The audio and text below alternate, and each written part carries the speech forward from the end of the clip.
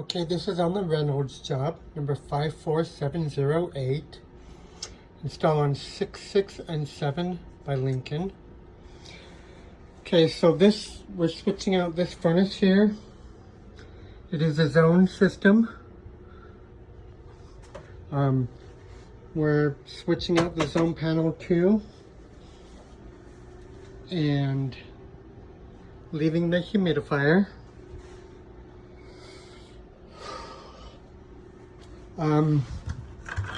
Okay, so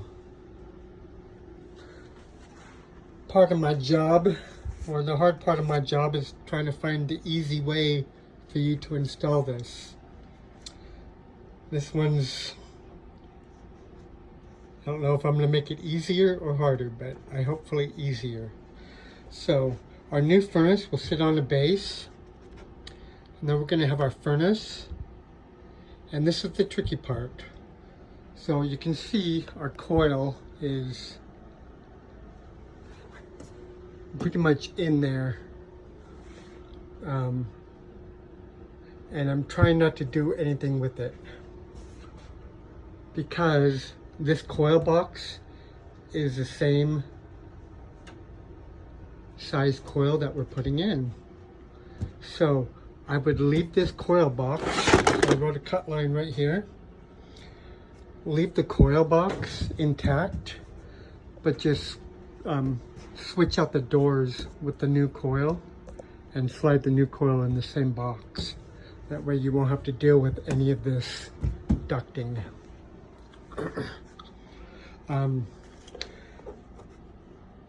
So to do that, I did make it's 3/4 of an inch shorter, the furnace and box. So I'm giving you 3/4 inch ISO pads.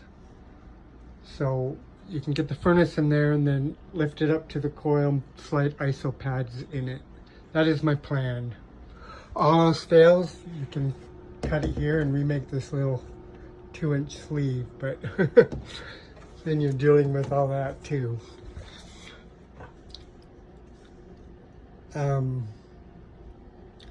Okay, and I really wanted to leave all this, but they were told that we would replace all this duct because it's all rusted from a previous leaking humidifier. So that's what we're going to do. I have the cut line right here, and I made this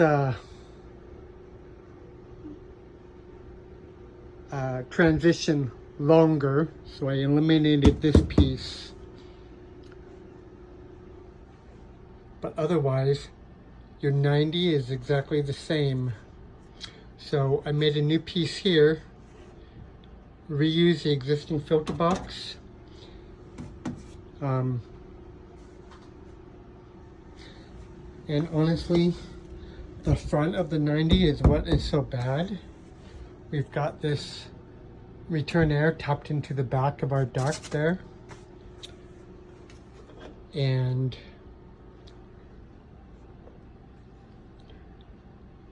I was thinking worst case scenario would be you can leave all that intact and just switch out this front door or the front panel, but you know, if it's easier to take out and just put the new 90 in and re-tap in that duct, then do that too. But they just want clean duct that's not all rusted. So anyway, but yeah, you have the 90 and a canvas and then a different transition.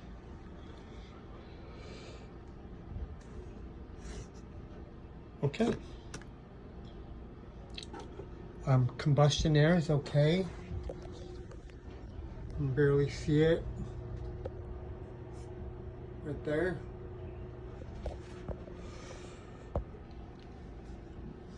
Your vent, you're going to tie onto the existing 3-inch PVC. Your gas So it already has a drip leg and everything. We're just gonna replace the flex, and I'll give you new fittings to go into our new furnace. AC, I'll go over in a minute. Drain to the floor. Right there. Standard order with a humidifier. Thermostat. You have you're going to be switching it out to a S40 upstairs and a sensor downstairs. Pull shielded wire. So downstairs stat's just right there. Upstairs is in the hallway above us. So hopefully they won't be too difficult to pull shielded wire to. Zone panel. You're going to replace that thing with a iHarmony.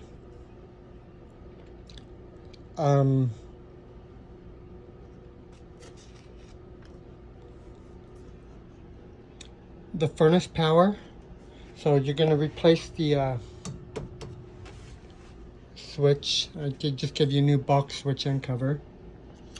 Humidifier. You're going to leave the existing humidifier, but you're going to take off the humidistat and patch it with that piece of metal and wire it in through the furnace so the S40 thermostat controls it. Okay, that's it in here. So the AC, you're going to flush the inch and 1/8 line set. Replace Rubitex as needed, so I'll order you 6 feet of inch and 1/8 Rubitex. There's an existing concrete pad out there. The existing breaker is a 50 amp QO. The electrician needs to switch the breaker in the panel from a 50 amp to a 35 amp QO, as well as, let's see, so AC just sits right out there, so pull new shielded wire to that. It shouldn't be that difficult there. System concrete pad. So the AC right now, they do have a back door here, but the AC disconnects. It's right behind the AC.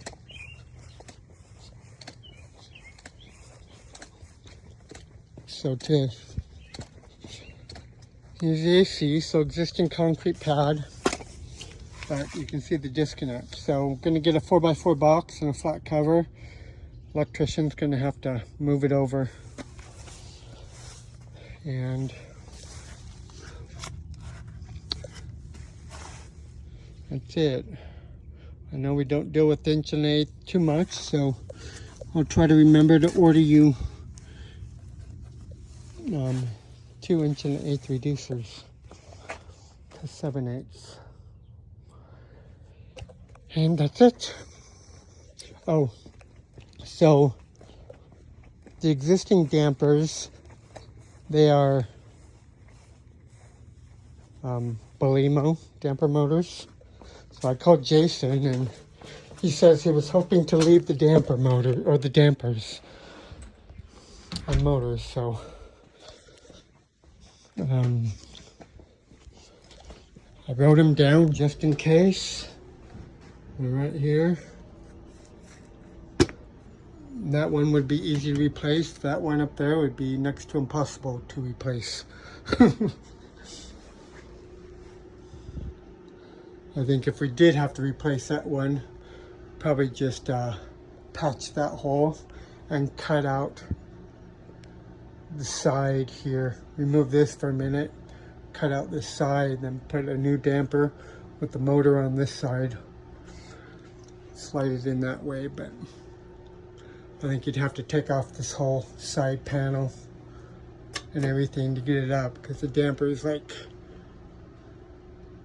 Well, the duct is 27.5.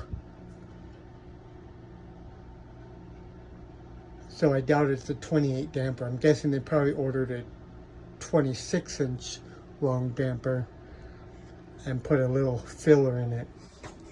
Which is funny because I installed this job many, many, many years ago. Okay, anyway, that's it.